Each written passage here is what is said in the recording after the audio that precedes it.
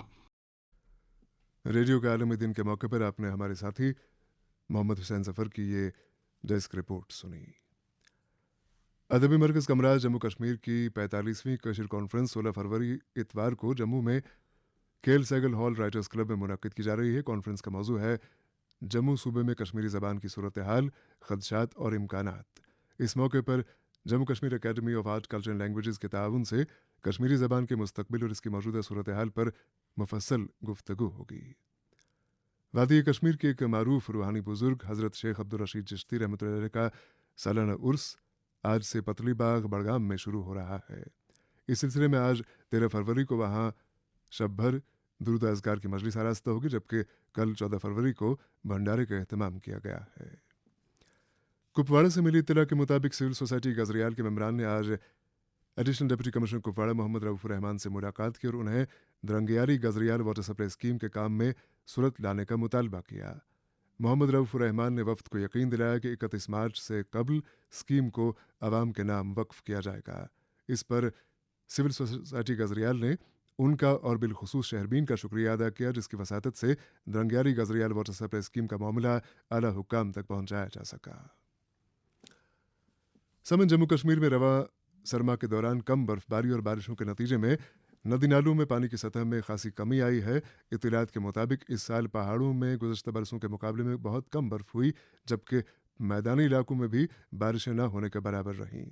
بتایا جاتا ہے کہ جنوری اور فروری کے ماہ میں جموں کشمیر میں لگ بھگ 88% کم بارشیں معمول کے مطابق ہوئیں، جس کو لے کر کسانوں، باغبانوں اور دیگر لوگوں میں تشویش پائی جا رہی ہے۔ ماہرین کا کہنا ہے کہ اگر آنے والے ماہ میں معقول برف باری یا بارشیں نہ ہوئیں تو موسم گرما کے دوران جہاں کسانوں کو آبپاشی کے لیے پانی کی سہولیات میں کمی محسوس ہوگی، وہیں پینے کے پانی کی بھی قلت پیدا ہوگی۔ ادھر کٹھوا سے ملی اطلاع کے مطابق رنجیت ساگر ڈیم میں پانی کی سطح میں خاصی کمی واقع ہوئی ہے، جس سے آنے والے دنوں میں بجلی کی پیداوار میں گراوٹ اور پینے کے پانی کی قلت بھی پیدا ہو سکتی ہے۔ ایک رپورٹ کے ساتھ کٹھوا سے رمیش مرہٹا۔ ضلع کٹھوا کے بسولی میں رنجیت ساگر ڈیم میں پانی کی سطح میں کمی آنے سے پورے علاقے میں تشویش کی لہر دوڑ رہی ہے۔ دراصل رنجیت ساگر ڈیم بسولی اور پنجاب کے ایریا میں تعمیر ہوا ہے۔ بجلی کی سپلائی پیدا کرنے میں رنجیت ساگر ڈیم جموں کشمیر، پنجاب، ہریانہ اور یو پی، ایم پی کے کئی حصوں میں بجلی کی سپلائی پہنچانے کا کام کر رہا ہے۔